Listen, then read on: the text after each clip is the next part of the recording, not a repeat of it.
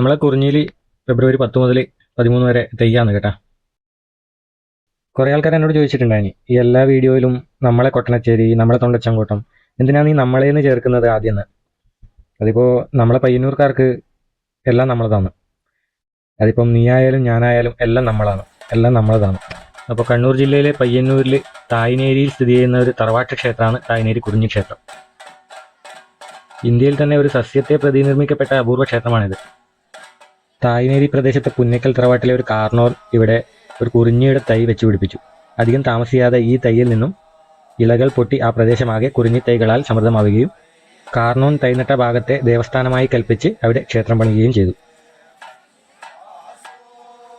ക്ഷേത്രത്തിലെ പ്രധാന പ്രതിഷ്ഠ പൂമാല ഭഗവതിയാണ്. ആര്യപൂമാല എന്ന ദേവസുന്ദരി കൂട്ടുകാരികളോടൊത്ത് സ്വർഗത്തിലെ പൂന്തോട്ടം കണ്ട് ആനന്ദിച്ചു നടക്കുന്നതിനിടയിൽ അവർക്ക് പൂക്കൾ പറിക്കാൻ കൊതിമോഹമുദിച്ചു. അവരത് ചെയ്യാൻ മുതിർന്നപ്പോൾ പൂന്തോട്ടക്കാവൽക്കാരായ ദേവന്മാർ തടഞ്ഞു. പൂക്കൾ കിട്ടാനുള്ള അമിതമായ ആഗ്രഹം ആര്യപൂമാലയിൽ കലശമായതിനെ തുടർന്ന് അവർ അതിനുവേണ്ടി ശിവാംശഭൂതനായ ഒരു കാവൽഭടന്റെ സഹായം തേടി. ഒരു പൂവിനുള്ളിൽ വായുരൂപം ധരിച്ചിരിക്കുകയായിരുന്നു ഈ ദേവമല്ല. ഈ ദേവൻ ആര്യപൂമാലയ്ക്ക് പൂക്കൾ പറിക്കുവാനുള്ള ഒത്താശ ചെയ്തു കൊടുത്തു. അതിന്റെ നന്ദി സൂചകമായി ആര്യപൂമാല ആ ദേവമല്ലനെ പൂമാരതൻ എന്ന ഓമന പേരിട്ട് വിളിച്ചു. തന്നെയുമല്ല, അദ്ദേഹത്തെ തന്റെ സഹോദരനായും ആര്യപൂമാല പ്രഖ്യാപിച്ചു.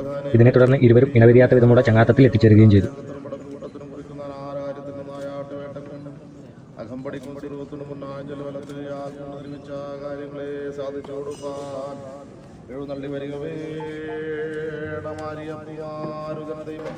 ഒരിക്കൽ ആര്യപൂമാലയും പൂമാരുതനും ദേവലോകത്ത് നിന്നും ഭൂമിയിലെ ആര്യനാട് കാണാനെത്തി.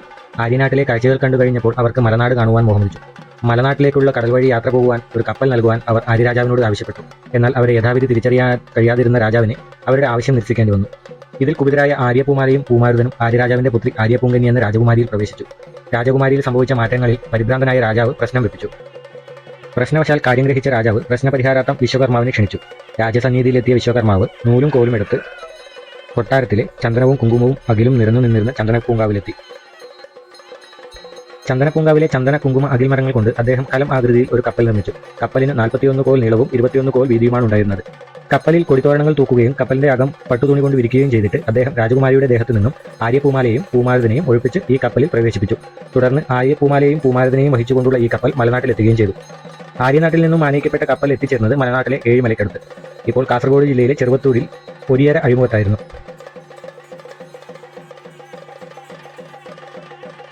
കലമാകൃതിയിൽ മരം കൊണ്ട് നിർമ്മിച്ചതുകൊണ്ട് വിശ്വകർമാവ് പണിത ആ കപ്പൽ മരക്കലം എന്നും അറിയപ്പെട്ടു. രാമനിൽ കുറുവന്തട്ട അറയിലാണ് പൂമാല ഭഗവതിയും പൂമാരുതനും ആദ്യം കുടിയിരുന്നത്. മണിയറ, തായ്നേരി, രാമവല്യം തുടങ്ങിയ പല സ്ഥാനങ്ങളിലും ഈ ദേവതകൾക്ക് ക്ഷേത്രങ്ങളുണ്ട്.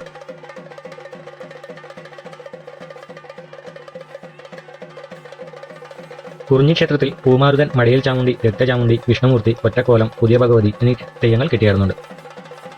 10 വൈകുന്നേരം കളിയാട്ട ആരംഭം, രാത്രിക്ക് മെഗാ ഫ്യൂഷൻ ഡാൻസ് ഉണ്ട്, 11 നാടകം, 12 കാഴ്ചയുണ്ട്, മ്യൂസിക്കൽ നൈറ്റ് ഉണ്ട്, 13 പുലർച്ചെ 5:30 ഒറ്റക്കോല ഇറങ്ങും. ഉച്ചയ്ക്ക് 12 മണിക്ക് പൂമാരുതൻ തെയ്യത്തിൻ്റെയും മടിയിൽ ചാമുണ്ടിയുടെയും തിരുപ്പുറപ്പാട്. ഇപ്പം നമുക്കറിയേണ്ടത് ഇതൊന്നും ആയിരിക്കില്ല. നമുക്കറിയേണ്ടത് കുറിഞ്ഞിയിലപ്പം വെടിക്കെട്ട് എന്നാണ്. നമ്മളെ പ്രദേശത്തെ ഏറ്റവും നല്ല വെടിക്കെട്ട് കുറിഞ്ഞിയിലാണ്. ഏറ്റവും മനോഹരമായ വെടിക്കെട്ടും കുറിഞ്ഞിയിലാണ്. അപ്പോൾ വെടിക്കെട്ടില്ലാന്നും പറയുന്നുണ്ടായിന്, ഉണ്ടെന്നും പറയുന്നുണ്ടായിന്. അതിപ്പോൾ എന്നാണെന്ന് വ്യക്തമായിട്ടില്ല. ഏതായാലും എല്ലാവരും ഉത്സവത്തിൽ പങ്കെടുക്കുക. നമ്മൾ വെടിക്കെട്ട് ഉണ്ടാകുമ്പോൾ ഏത് ആവേശത്തോടു കൂടിയിട്ട് കുറിഞ്ഞിയിലേക്ക് പോവുമോ അതേ ആവേശത്തോടു കൂടി തന്നെ ഇപ്രാവശ്യവും കുറിഞ്ഞിയിലേക്ക് പോവുക.